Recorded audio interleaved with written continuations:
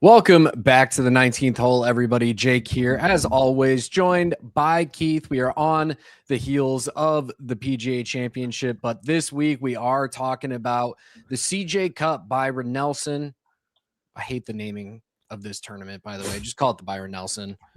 I get it. CJ CUP is. I would say CJ CUP's like, I hard disagree with you there, considering they probably paid like $5 million to have their name on it, if not more. But regardless, we have a good, fun week of golf ahead of us. We have a good week of golf behind us to talk about as well. And all this talk of golf reminds me of, as Vin Diesel would put it, as Dominic Toretto would put it, family.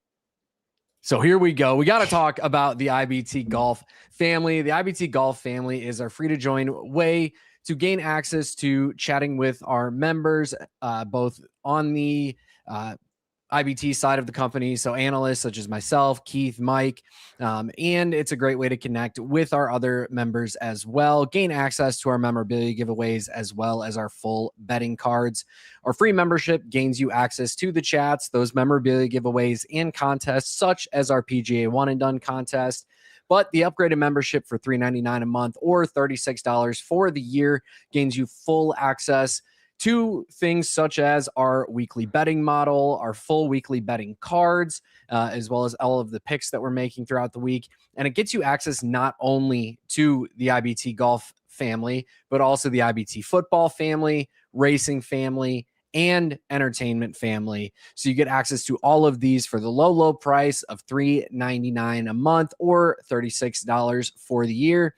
And if you've been following, you've been making your money back and then some. We're still over 65 units positive on the PGA side for the year, not counting DFS, not counting fantasy spin and other wins that we've had throughout the year. So off to a very good start and hoping to keep that rolling this week. If you're interested in joining the family, you can find the link in the episode description, or you can just type it in yourself, in-betweenmedia.com/chat. And while we're talking about it, make sure to subscribe to the channel here at the 19th hole.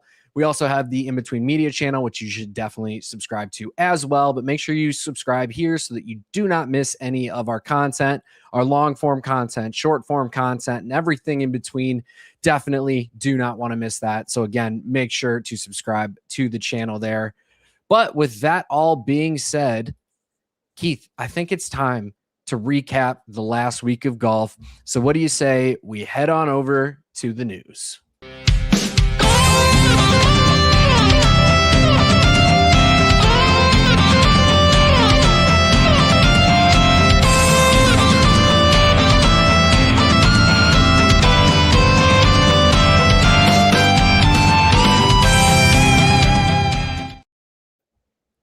The man may wear two gloves, but that got him one trophy this past week.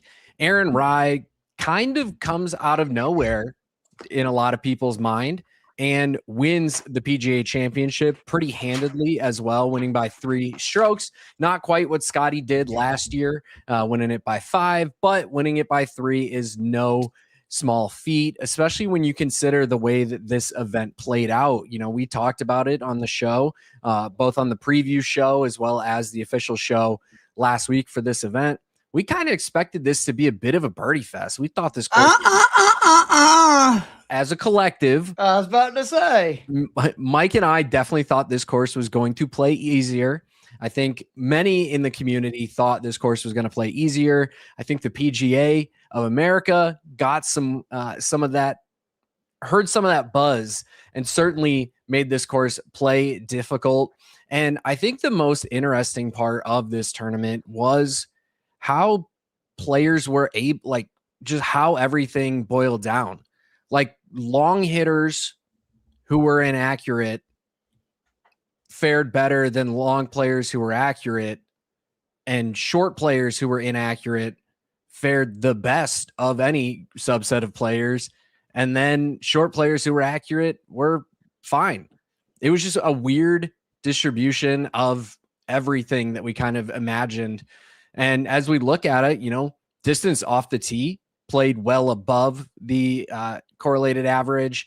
Accuracy off the tee played well below the correlated average. Approach play was important, but putting and around the green play, to an extent, took center stage. Some of the largest levels over PGA Tour average that we've seen in an event for a while. But then you also have the fact that Aaron Rai lost strokes around the green. He was 51st amongst players in terms of strokes gained around the green, led the field in approach for the 4 rounds, 5th in putting off the tee, was pretty much just fine. It was just an interesting tournament, the way that everything boiled down. And, there were certainly some low scores out there. Kurt Kitayama was able to get out there and fire off a 7 under 63 on Sunday. You have Justin Thomas, who was the clubhouse leader, had to sit there for hours just hoping things worked out. But Aaron Rai, man, the dude pulled it out. And I think the way players spoke of Rai after the event is very telling. You have guys like Rory saying you won't find a single person out here who isn't happy for Aaron Rai. And well, except for probably Alex Smalley and people like me that had him at 165. True. But obviously the competitors are upset that they lost. No, I know what you mean. I'm just making a joke. Yeah, I know. But it feels like one of those situations where, the guy is just well respected amongst his peers. And yeah, we can make fun of him for wearing 2 gloves and using iron covers as a professional, making millions upon millions of dollars. But you can't deny that the man just won the PGA Championship. No, I mean, I'm, again, happy for Aaron Rai. It was pretty brutal when, the guy that was 165-1 that you had did really everything you could ask. I mean, he shot even with all that pressure and all those guys hunting him down, was actually a couple under on the backside. But, I mean, Rai came through. And it also was just a reminder of, there were so many guys. What was there? 30 guys within 5 shots of the lead heading into Sunday. Mm-hmm. Was still a truckload of them heading into the back 9, Sunday afternoon. And when you put pressure on these guys, it's just wild, man. You look at the guys that shot under par on the back 9 Sunday that were in contention. Rahm, Reed, Oberg, Spieth shot 34. Smalley shot 33. JT 32. And then obviously Rai with the 31. Guys that shot even or over par. Tell me if these weren't some big names that had a chance to win. Cam Smith, Rory McIlroy, Chris Goddard, Justin Rose, Scottie Scheffler, Harris English, David Pugh, Minwoo Lee, Cam Young, Joaquin Neiman. Pressure got to him, man. Like all those guys made mistakes, whether it was missing short putts, which I know there was a way larger than normal amount of 5 to 10 footers missed than you normally see on the PGA Tour. But I love golf courses like what that Ross course ended up playing like. Like, love it, man. It gave other players an opportunity. And you said it. I mean, that's what a Ross course typically is. He was top 5 in the field on approach, and he was top 5 on the greens. And I mean, that's most Ross courses, is it negates the off the tee stuff, which has become such a huge part of the game, to where I'm not saying that I think that there should be an advantage to being able to, obviously bomb a ball 380 yards. Like, it's impressive, but it feels like that so many of the PGA Tour courses now, they get easier, right? Like the further up there you get, the course opens up. Right. And this was one of those venues that really wasn't the case. Like it didn't get any easier. And especially with some of these pin locations and complexes that you had on the green. I mean, we saw it with a lot of guys on Sunday to some of those, trickier pin locations on the short par 4s where they were, to be safe, and I understand why, because the greens were really slick and firm and everything, but they were trying to bring like balls back, right? Right. And that's a tough thing to do with the wind and everything that was going on, to where guys like Aaron Rai were hitting more of a stock like, 9, 8, 7 iron. That's a shot those guys can hit and pretty easily get it to just one hop and stop, like right next to the green. And it was just a masterclass. The putt on 17 was one of the most remarkable putts I've ever seen. Kudos to the cameraman who caught that view. I'm sure everybody's seen it. It was all over social media where it starts with Rye and just follows it all the way. It's just an incredible putt. When that went in, obviously it was over. I was still thinking, okay, Rahm could, birdie this, birdie that. And it was just, again, a remarkable performance. I loved it. Once he got to, I believe it was 7 or 8, you could see him start to see that, look, this is mine if I don't make any big mistakes. On 17, he played the exact shot he needed to, pin high, right of the flag, well away from that water. Keep it safe, get it on.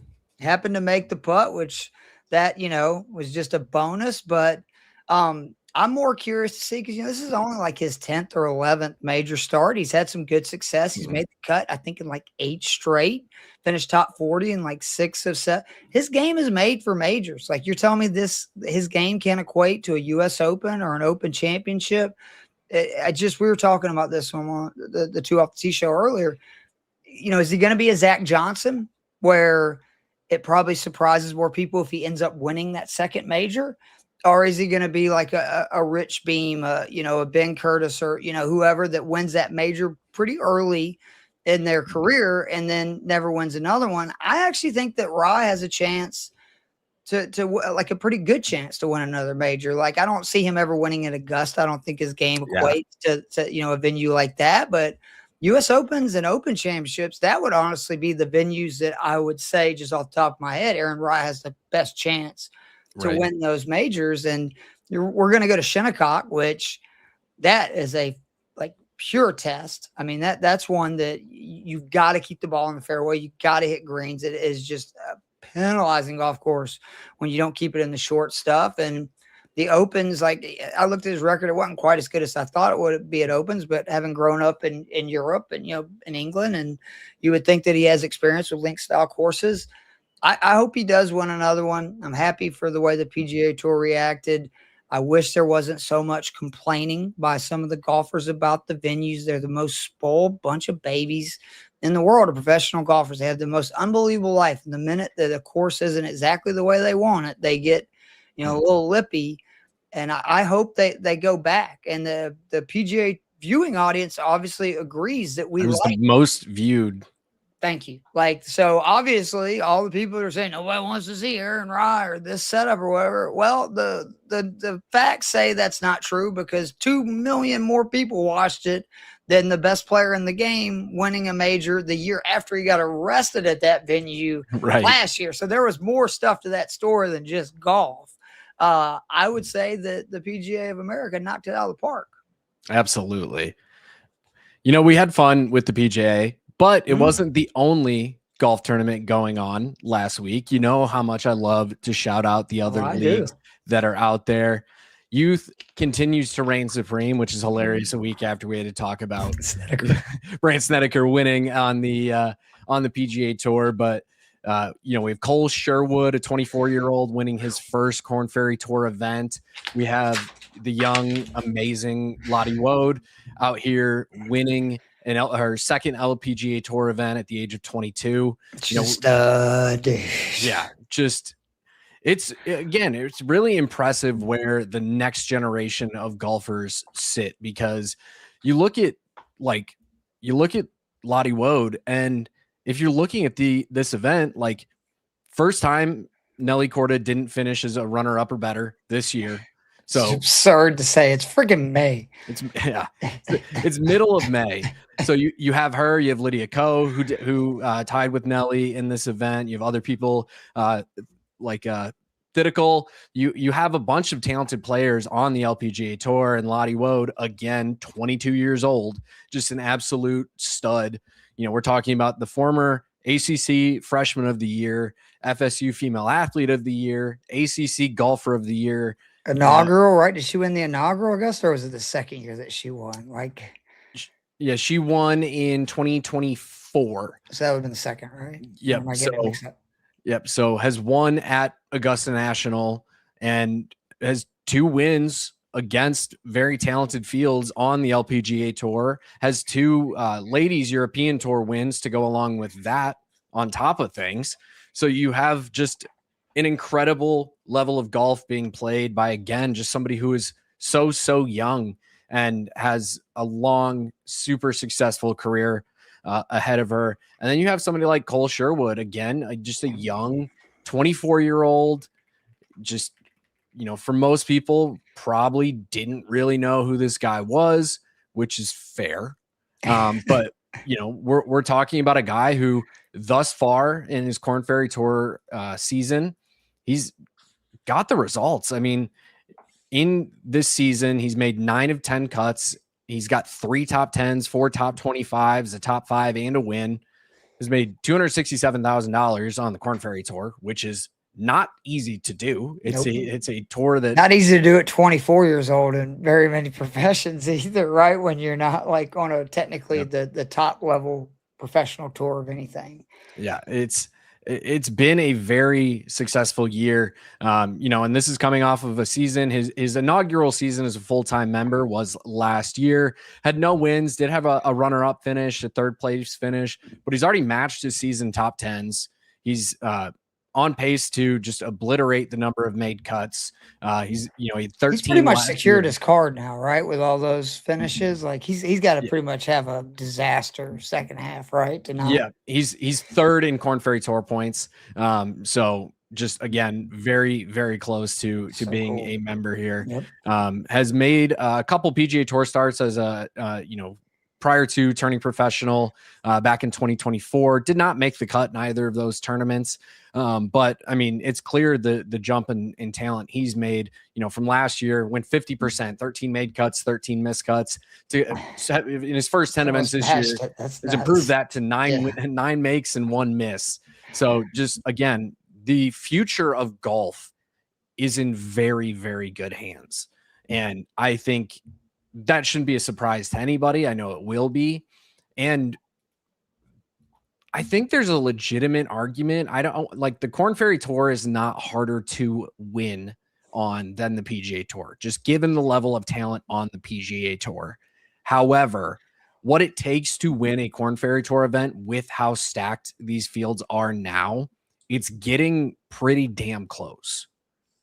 Yeah, I mean, we've talked about, I think, this before, that I actually think you can make an argument it is harder to win on the Korn Ferry Tour because you have to go so deep, man. Like, it's just a different scoring setting than like what this week's PGA Tour event is. That's every week on the Korn Ferry, where it's like, oh, you shot 69. There's a good chance you missed the cut, to where, I think somebody did the analysis where if you shot like even every round on the PGA Tour, I think this was 2 years ago, like you would have retained your card. You'd have won like over $3 million. Like, I mean, you would have had a really good year because there's plenty of events where, even is in contention, usually at like the majors, some of these bigger events. And that was a missed cut this week on the Korn Ferry Tour. Yeah. I mean, it's just, you got to go really deep. And also just that I think that there's, those guys are fighting for their survival, like their survival to continue to be professional golfers. For some of them, whether or not, they can pay their house payment. Like, there's just so many variables to where if you're on the PGA Tour, you're doing okay, right? Like, to where if you're still on the Korn Ferry, like what you said, look at the year he's had. And we say 260,000, that is an incredible amount on the Korn Ferry Tour. But with all that success, if that was the PGA Tour, he'd probably already have made $4 or $5 million, at least. Yeah. And I mean, again, if we're looking at the current top, 10, 15, 20 on the Korn Ferry Tour, you have guys like Alistair Docherty, Ian Holt, who have Doc Redman, Taylor Dixon, John Pock, Zach Blair. Like, these are all guys who have been PGA Tour members. And just outside that top 20, you have guys like Carson Young, Adam Hadwin, Kyle Westmoreland, Mitch Meisner, Joseph Bramlett, Ben Coles, Taylor Montgomery, like guys we've consistently seen on the PGA Tour. Playing a lot of guys in this field. God, you just went through about 6-7 names that are in the field this week. Exactly. we're talking about extremely talented golf all the way through this event. So to be sitting, through 10 events, pacing very, very well to earn a 2027 PGA Tour card, like, don't get me wrong, you have some names in there that people may be, less surprised to hear, like a Blades Brown, who's in this field this week. And we're going to talk about him. I think we both really are in on Blades this week, but there's just so much upside through all of the tours right now. Golf is in a great spot. So let's not talk about that anymore. Let's talk about the event that's coming up this week. I think that's what the people are here to see. So let's make sure we make them happy. Let's get these caddy notes ready and head on over to talk about TPC Craig Ranch.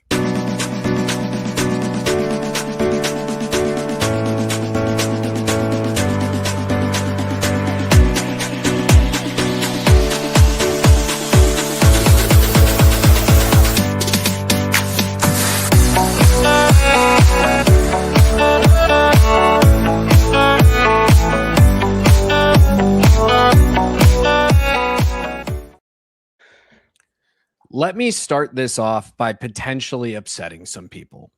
Probably not, but maybe. This is one of the worst courses on the PGA Tour.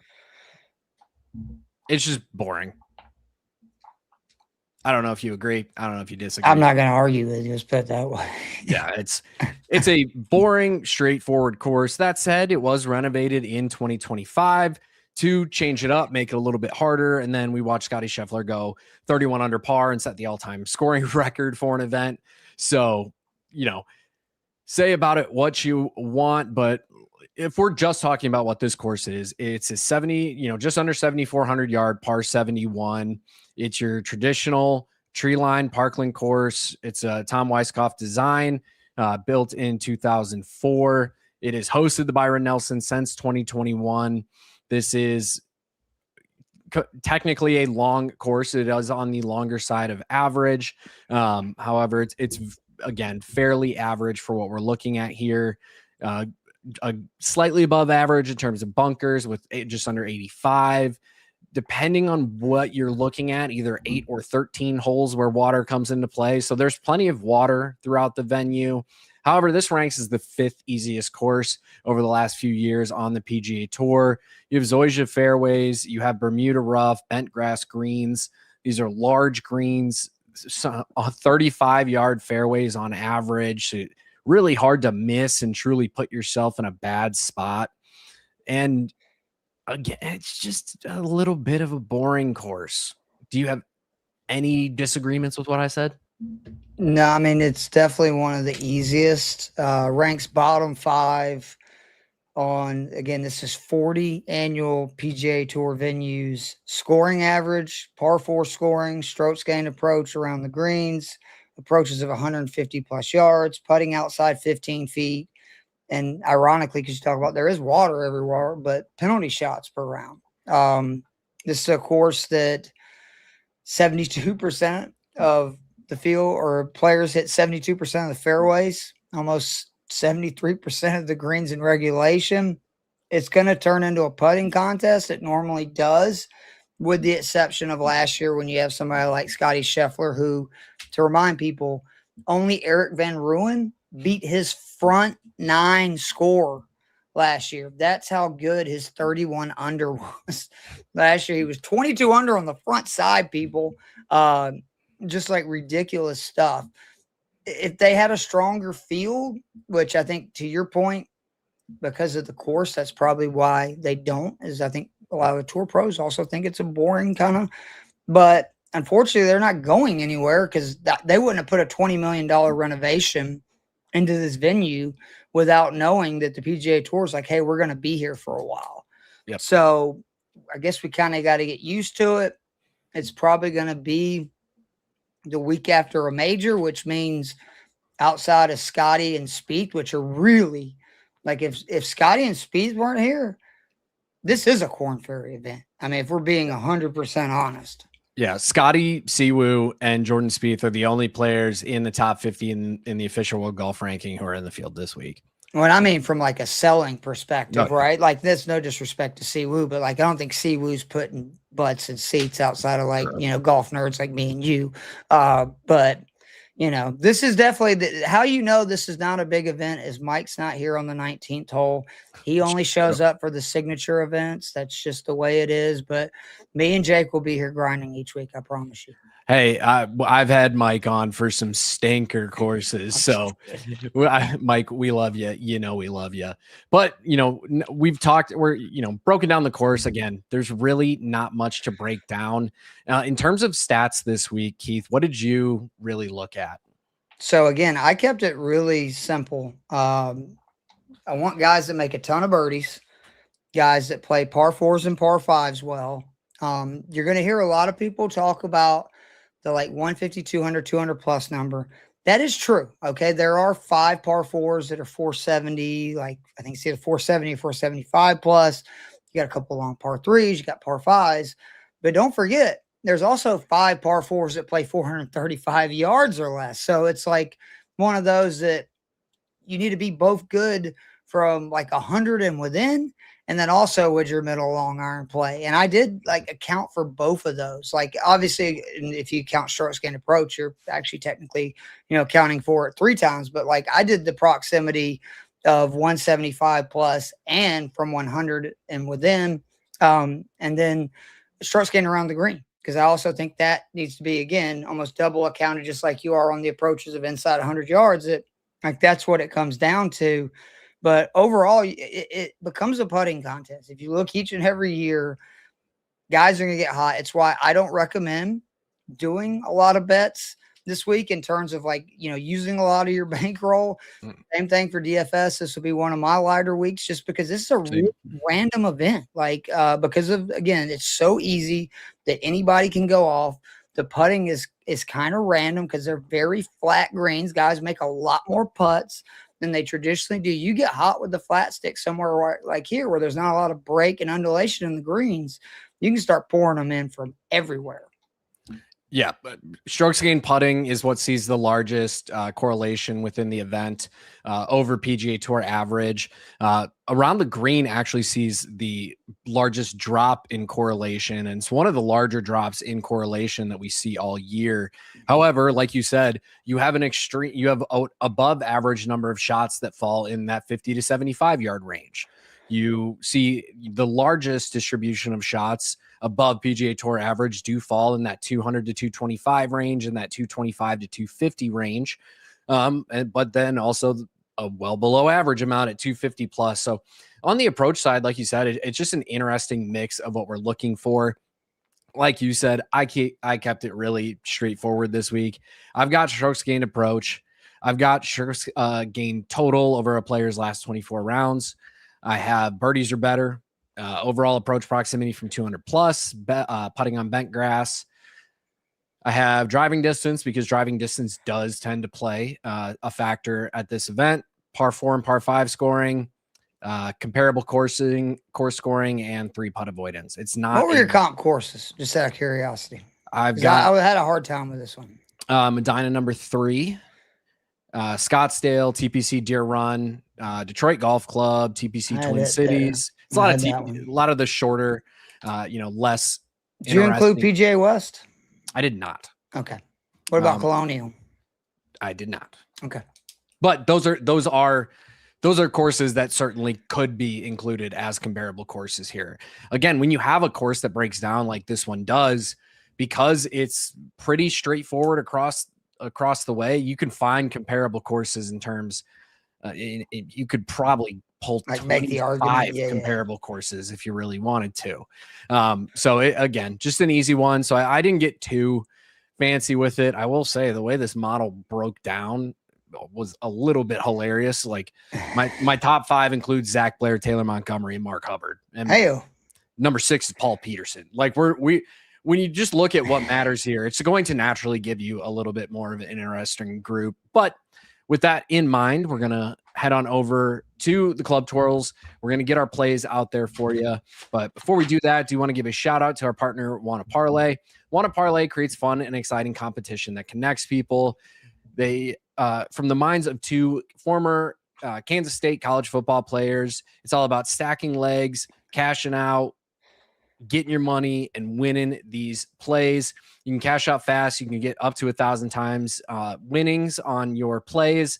And if you use code IBT at sign up, you can get a 100% deposit match up to $250. If you guys are interested and want to parlay for either Android or iOS, make sure to check out the link in the episode description. But let's get these clubs twirling and get ready to talk about our plays for this week.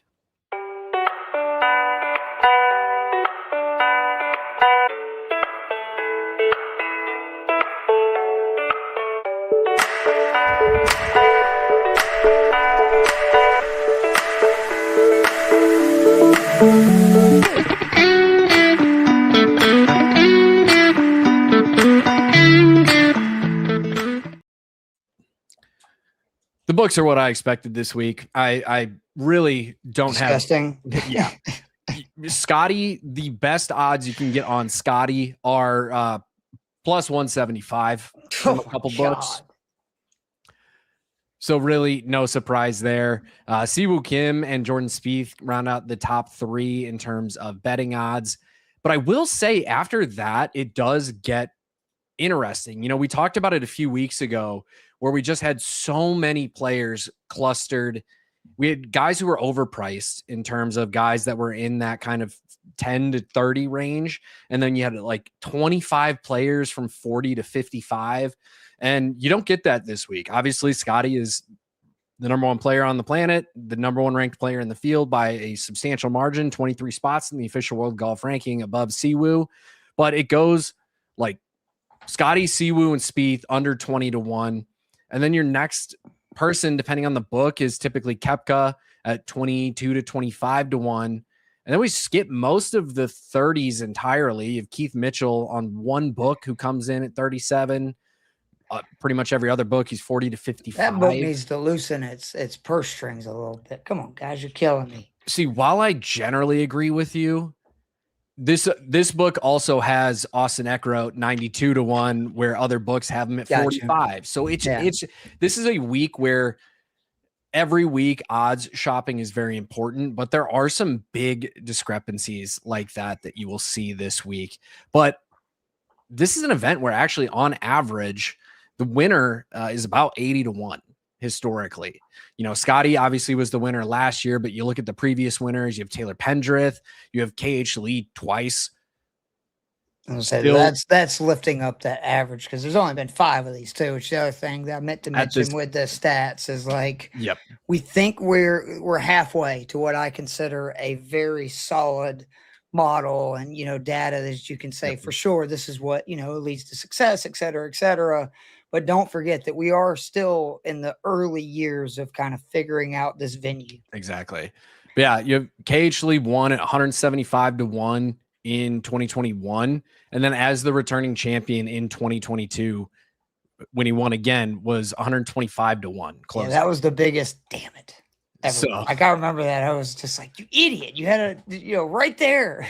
Yeah, it's like the previous winner, the last year's winner of the event, triple digits to 1. I'm just putting money down. Exactly. No, I mean, that became a rule after that, unfortunately. Yeah. So we should have had, before that week started, but it's an event where the books are pretty straightforward here.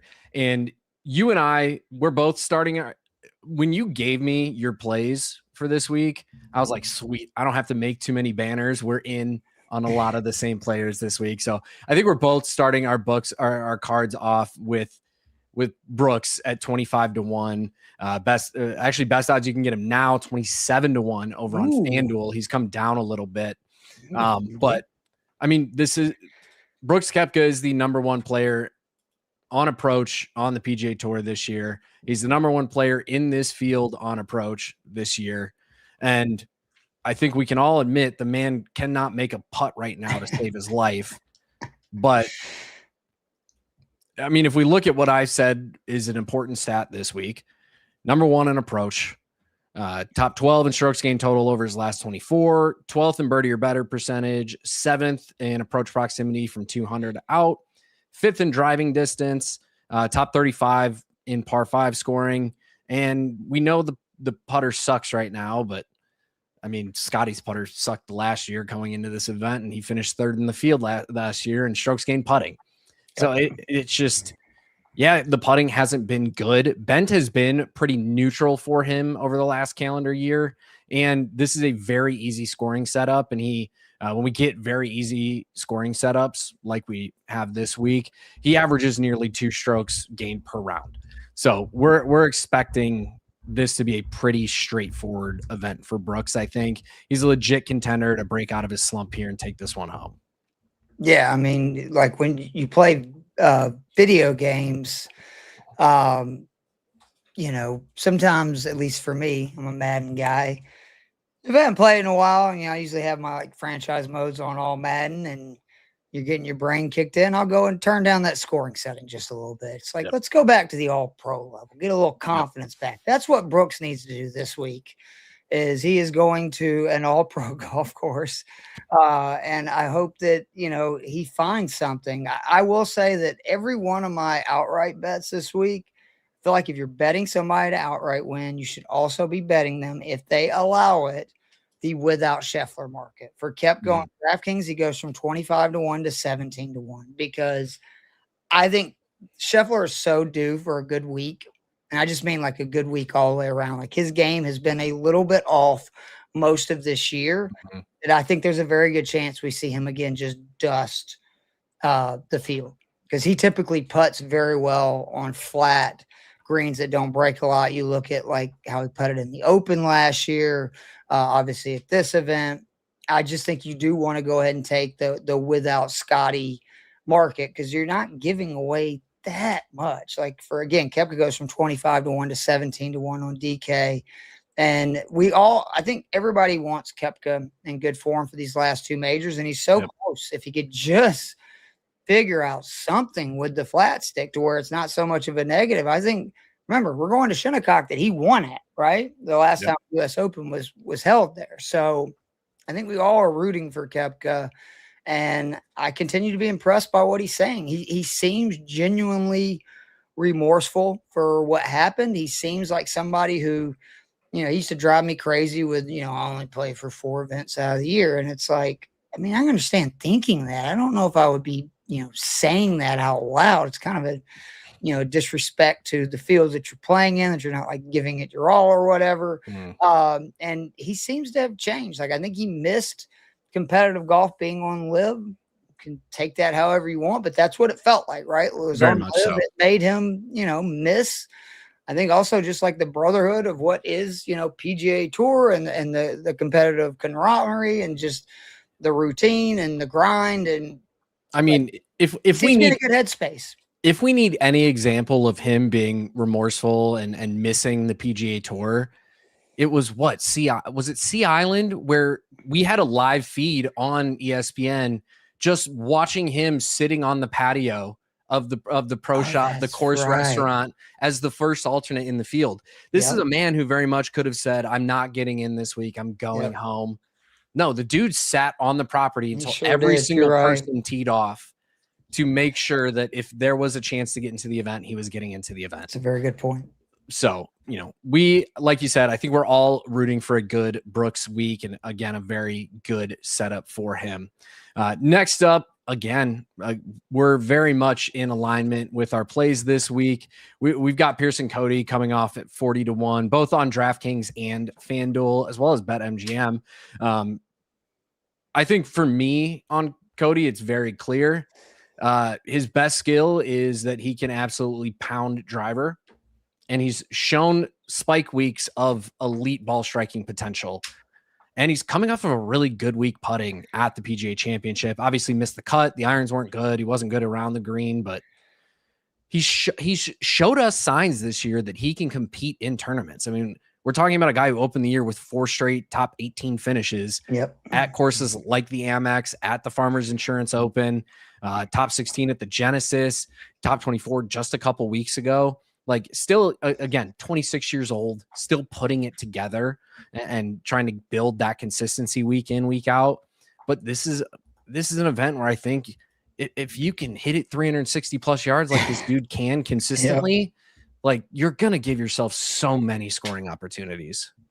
And he makes a crap ton of birdies. He's 13th this season in birdie or better percentage. So that's, again, this is a birdie fest. Hits it a mile. Completely agree with you. He's very good from that 200 plus number, which is, again, going to be an advantage. Like basically everybody should try to take advantage of the par fives and those short par fours. And then it's how much can you get out of those other holes, those long par threes, the 5 par fours that play 470 plus. He's one of the guys that like he should be able to get some more out of it. I also like the fact that I think he missed the cut the first 3 times that he played here. He finished 25th last year. And that was around the time it felt like his game went to another level. So I think that was like the first time he went to this venue with some confidence since he'd been on the PGA Tour. And I think that's going to come in again this week. He was, he had a little swoon and then looked like he was starting to play really well again, or starting to show signs of playing well again. And obviously the PGA Championship happened, but I feel like he's a value to it, this number. You can get him at 27-1 again without Scheffler, which it would not surprise me at all if Scottie has a great week and Coody is, finishes second at 23, 24 under, because he can go deep.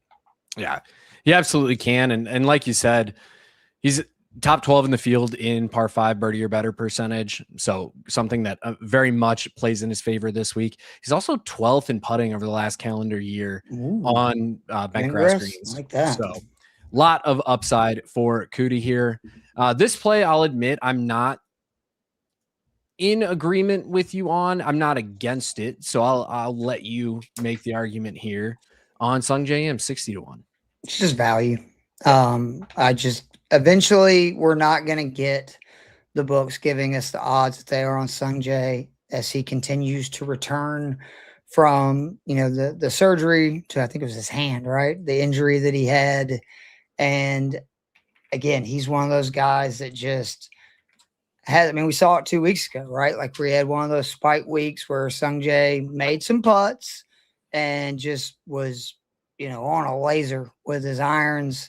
And at a venue like this, I think that there's a chance that, at 60-1, if you look at the guys around that range, like I could see a world where Sungjae Im wins this event, where I can't really see that for a lot of the guys, like once you get past, Pierceson.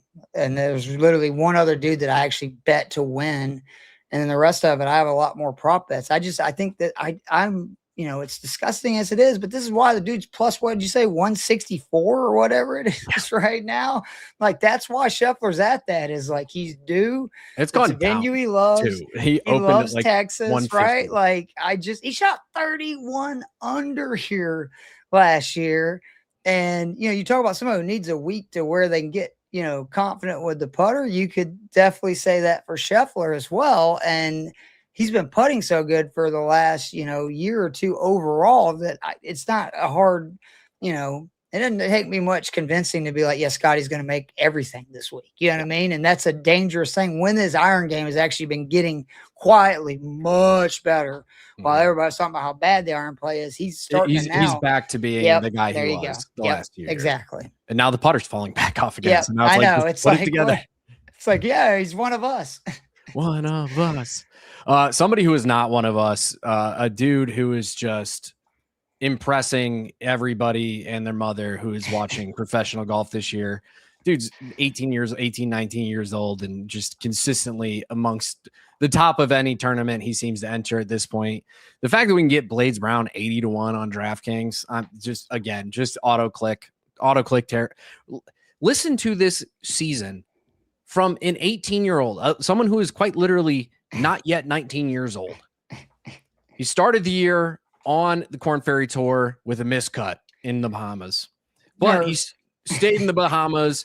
T17, T18, T66, a T25 miscut, third place in Puerto Rico, third place at the Club Car Championship, runner-up at the Tulum Championship. Him and Luke Clanton, T26 at the Zurich, top 10 just a couple weeks ago on the PGA Tour. Follows that up with a T16 finish on the Korn Ferry Tour this year. He's top 10 in Korn Ferry Tour points. We know he's going to be on the PGA Tour next year, where it's just a matter of time. Why not just lock that in with a win this week? We're talking about a guy who is top 40 in this field, strokes gained approach over his last 24 rounds.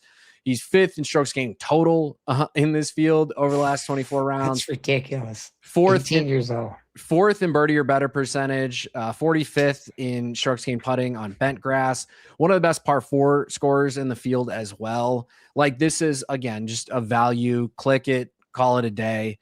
The dude is, I'd be shocked if the dude doesn't top 20, which if you're going on Brown to top 20 this week, it's still paying 3-1 over on FanDuel. Wow. Because he's only plus 480 to top 10 on DraftKings to top 10. And I'm recommending that, and love the plus 1025 to top 5. By the way, you can get him 52-1 in a non-Scottie outright. I'm clicking that. Done. Easy. He's actually up to 6-1 to top 10 over on DraftKings. Oh, sweet. So odds are getting even better for us here. And again, it's not uncommon to see a winner who is a little bit out there on the odds. So I got a couple more players who are a little bit farther out on the odds here. Austin Eckroat, 92-1. Austin Eckroat was the runner-up at this event just a few years ago. Struggled to start the season off. There's zero question about that. His last 3 starts have been T10, T6, T19. Very clearly has turned something around in that aspect. And I'm just going to believe that this turnaround is legit. Eckroat has had a bit of a weird schedule so far this year. And part of that was just he didn't have a successful 2025 after, coming off a very successful 2024 where he had a couple wins. But again, he had a couple wins just a couple years ago. This is a guy who's proven they can win on the PGA Tour, still just 27 years old, and he's on the best string of 3 events in a row that he has had since you go back really to when he won the Worldwide Tech in 2024. So a guy with plenty of upside who's got a runner-up finish at this course in the past, 92-1, sure. Sign me up. And then I like that. You may have convinced me to change my betting cheat sheet. Thank you. You're welcome. And then maybe a dumb one, but I'm here for it. Chandler Blanchet, 225-1. He's sneaky 21st in the field in strokes gained total over his last 24 rounds. Good putting on this surface. I'm just kind of in. It's not a great profile. Don't get me wrong. As we all know, once we start getting these triple-digit options, I've spent $3 in worse ways. We're not talking full unit plays here, but there is upside to this guy being able to perform here. This is somebody who just every once in a while pops up in the model in one of these statistical categories that we're looking for here. And I'm fine just taking a chance at this number. I'm sure I'm not the only guy on here in the betting space who agrees with here. Like with Blanchet, we're talking about a guy who finished solo second at Puerto Rico, just one shot off the lead. Good ball striking numbers thus far between the Korn Ferry Tour and the PGA Tour. He won twice on the Korn Ferry Tour last year, including once at French Lick. If you guys have never played French Lick, they're bent grass greens. They're very different bent grass greens than you're getting this week, but we know it's possible. And this is a guy who you want to talk about the ability to go low. He won the Price Cutter Championship last July, going 27 under, firing back-to-back 62s. Like, this guy's game has the ability to go extremely, extremely low. I'm completely fine taking a swing on this one. Yeah, I mean, that's a good case. I would also, he's a guy that, like, when I hear something like that, I have really pivoted with these longer odd shots of looking at their top 10, top 20 odds, because I'm sure if he's 225-1, you're probably getting, 10-1, maybe top 10 odds, like 12-1 on DraftKings. Yeah, there you go. And even the top 20 is paying 5-1 over on FanDuel. Oh, man.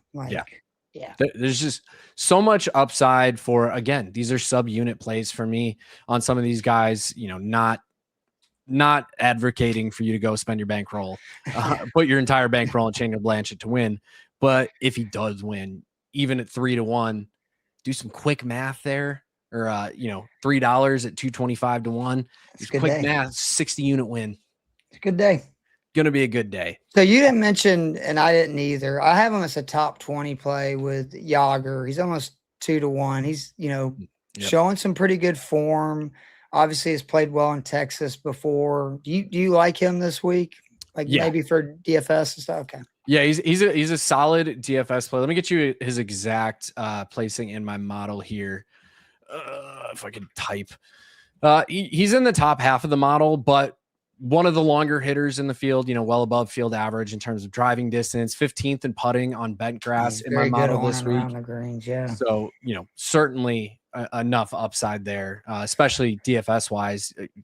Guys, the cheap side of DFS is going to get gross, but there is some upside. Like if we're talking about, Keith, you and I were talking about my model before the show, or maybe it was on the show. I've got Zach Blair, Taylor Montgomery, Mark Hubbard, Paul Peterson, Cam Champ as top 10 plays this week. Tom Kim is in the top 10 of my model. I don't know the last time Tom Kim cracked the top 40 of my model. What about that? So do you know about all the kids in this field? Because there's two that Monday qualified that I'm very interested to see what they do, because they're at the very bottom of the DFS plays. One is Ronan Banerjee, Banerjee. That's how I would say it. Fifth-rate junior in the world. He is 18 years of age. Forgot I did read what college he's committed to, but apparently another one of these like up-and-coming hello studs. He, by the way, in his Monday qualifying round, made 2 eagles and 3 birdies. So that's pretty good. And then a sophomore from North Texas who apparently has had a very illustrious junior career, Alex Hong, Huang. He's 6,000. He's the cheapest you can get.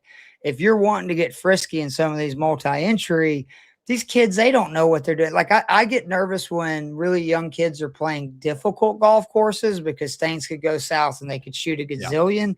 You get them on a course like this where, they birdie 4 out of the first like 7, 8 holes.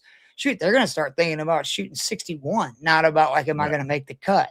So if you're trying to get, maybe a Scheffler, Spieth lineup or something like that, where you can jam both of them in there, you play, 1 or 2 guys that are 6K, you can do whatever you want.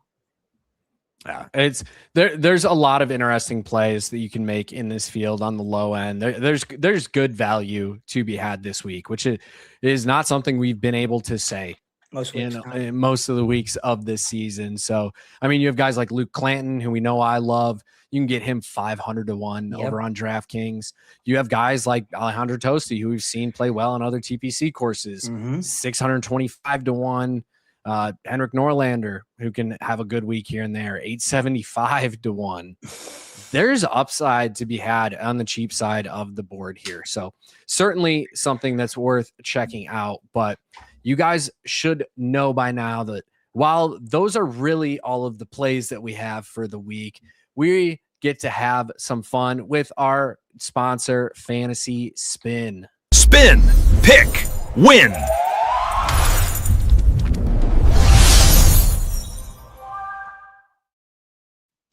So for those who have not seen it yet this year, we have now partnered with Fantasy Spin. Fantasy Spin is a different kind of daily fantasy experience where it lets you spin your lineups, make your picks, and compete in tournaments based off of real player performances. Much like on a slot machine, you can hit the jackpot. Combines the skill of drafting a DFS lineup with a captivating gamified experience, and you can enter contests and spin your DFS lineup for a chance to win big. You can play for cash or for free. Either way, Fantasy Spin has you covered. Check the link in the description. If you guys use promo code IBT Golf and deposit at least $10 and play at least one tournament, you will get $30 in bonus play. This directly supports the program as well as the great team over at Fantasy Spin. So we want to continue to make some noise for the rest of the PGA season. Keith, you and I both had some great weeks on Fantasy Spin. I've had some good weeks. You, my friend, are the one that's had great weeks. I'm gassing up everybody. I'm giving everybody the love. Last week, Mike was the only. But let's call a spade, man. Last week, Mike was the only one of us to get into the money Well, But he should have, by the way. All the complaining he did, I happen to, because, obviously I know our handles now. He had right. like 3 lineups with Scheffler. I didn't have one last week. It does help when, you get good rolls. That's why I compare it more to roulette than slot machines, because That's you fair. can't, you know what I'm saying? Like, you got to have a little bit luck in, obviously, where it, it ends up going, but you can still kind of pick your lineup. You know what I mean? Like, Definitely. at least in the big ones where you get like 10 rolls. I love those. Exactly. This one here this week, we have 10 spins, 4 locks. So if you guys have not seen Fantasy Spin yet this year, this is what we are looking at. So starting This off, could get rough though with this field, I will say. it can. And as you can see on here, it's got projected point totals. It'll let I you would know definitely keep Rio. when there's somebody. Same. We know I love Rio Hisatsune this year, but you can see the projections. You can see their ranks in the projections. You'll have those when you hit the jackpots. You get those pops on the screen that'll show that you got a top 10, top 12 Which is player. nice of them to do, especially when I'm doing like NBA, which I shouldn't be doing. But as you can see with the projections here, one of the great things about Fantasy Spin that does not happen really on the other DFS platforms, if the player withdraws, if your player ends up deciding not to play last minute, you've already locked in your lineup. And this is the case for baseball. A player gets scratched or hurt. For the NBA, I know during NBA season, we got a lot of those random veteran rest days that you'll see. You get the projected points for the players in the lineup. You get to lock in the spots in your lineup. So we are locking in Hisatsune. William Mao, personally, don't agree with his projection here. So I'm going to fade that number here. Yeah, this early with that many spins, I'm 100% in agreement with you. I'm locking Tom Kim here, I think. Ooh, I like it. Go with your model, pro. He ranks well in the model. He's a Texas guy, Texas course. One of my fun stats of this week was Scottie Scheffler leads the field in strokes gained in the state of Texas over the last 36 rounds. You know who's second? No. Not Tom Kim, actually. Okay. Christian Bezuidenhout. But Tom Kim is in the top 5 in that number. So something still worth checking out there. But going to roll with Tom Kim this week. We have Zach Blair, who I said my model also likes this week. You know what? Screw it. I'm going to do it. As you can see, he's 196th in the world. It's not exactly like I'm taking a superstar here, but the man has good numbers when he gets the opportunity to play. And he's coming off of a runner-up finish last week on the Korn Ferry Tour at a 15 under par finish to previously talked about on the show, Cole Sherwood. So plenty of upside there. Max McGreevy, Clanton, Luke List. I've got spins. I'm not going to lock anybody here in. We got Bay, Sides, Chan Kim. We got Blades Brown. We're gonna lock Blades in. Yep. We're good there.